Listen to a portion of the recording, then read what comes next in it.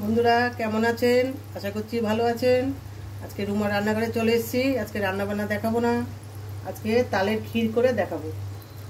এই যে তাল গুলে নিয়েছি আমি। এই যে তাল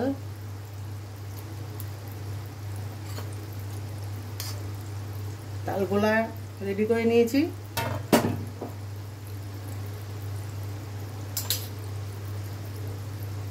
এতে আমি কি কি দেব, এই যে দিচ্ছি নারকেল কোড়া,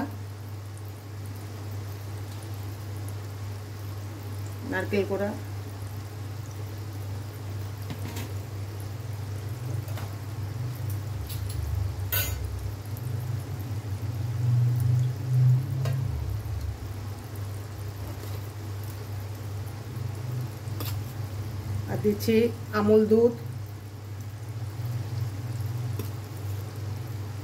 এটা আমুল দুধ দিয়েই করতে হবে, গোলার দুধ দিলে বেশি পাতলা হয়ে যাবে।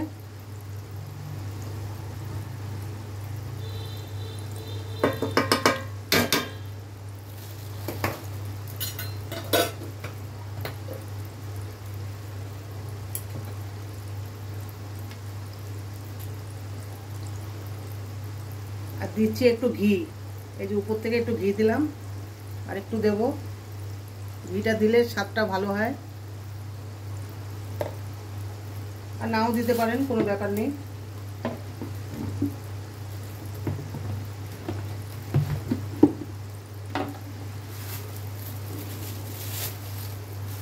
আর দিচ্ছি চিনি অল্প দেব।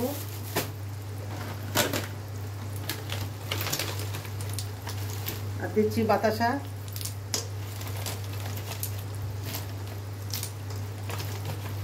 বাতাসা দিলে স্বাদটা ভালো হয়, তার জন্যই দিলাম।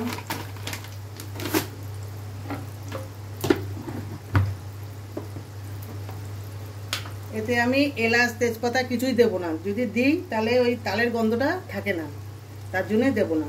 ওটার টেস্ট আলাদা, আর এটার টেস্ট আলাদা। সামান্য একটু নুন দিলাম, 1 চিমটে, এটা স্বাদের জন্য। যেকোনো পায়েস পিঠে পুলিতে 1 চিমটে নুন দিতে হয়, তাহলে স্বাদটা দ্বিগুণ হয়ে যায়। আর দিচ্ছি এই যে কাজু বাদাম।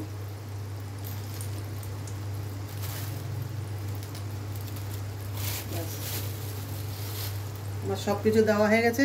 এবার গ্যাসটা ধরিয়ে দেবো। এটা 20 মিনিট জাল হবে। 20 মিনিট পরে আমি এটা অফ করে দেবো, তাহলে আমার তালের ক্ষীর রেডি। এইদিকে আমি তালের বড়া ভাজছি।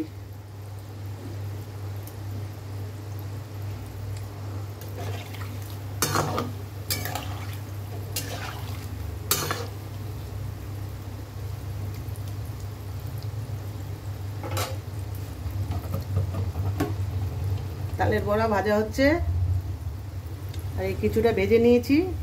এই যে কিছুটা ভাজা হয়ে গেছে। আর তালের বড়াটা আমি রেডি করে কি কি দিলাম তালের বড়াতে: 1 কাপ চালের গুঁড়ো, 1 কাপ ময়দা, আর তাল গোলা, আর আছে চিনি, আর আছে কলা, কাঁঠালি কলা। কলা দিলে তালের বড়াটা খুব সফট এবং খেতে ভালো হয়, তার জন্যই দিয়েছি। আর 1 চিমটে নুন, ব্যাস, আর কিছু নেই। মৌরি আছে একটু, এটা দিয়ে গুলে নিয়েছি, গুলে তালের বড়া ভাজছি। এই ছিল আজকের রেসিপি। এবার এটা আমি 20 মিনিট হতে দেবো।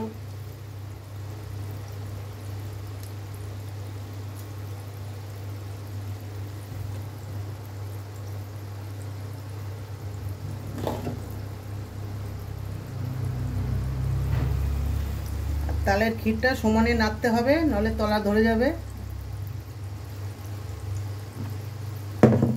পোড়া গন্ধ বেরোলে স্বাদটা ভালো হবে না, ওই জন্য সমানে নাড়তে হবে। গ্যাসটা আমি এখন ধরাবো।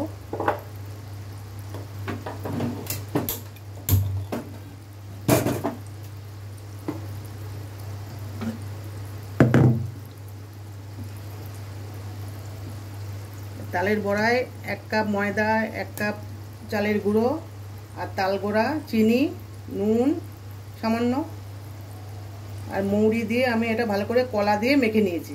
তারপরে তালের বড়া ভাজছি। কলাটা দিলে ভালো হয় খেতে। তাহলে আজকে এতটাই, আবার দেখা হচ্ছে পরের ভিডিওতে। যদি ভালো লেগে থাকে লাইক কমেন্ট শেয়ার করে দেবেন আর সাবস্ক্রাইব করে দেবেন, আর ভালো লাগলে কমেন্টে জানাবেন। টাটা।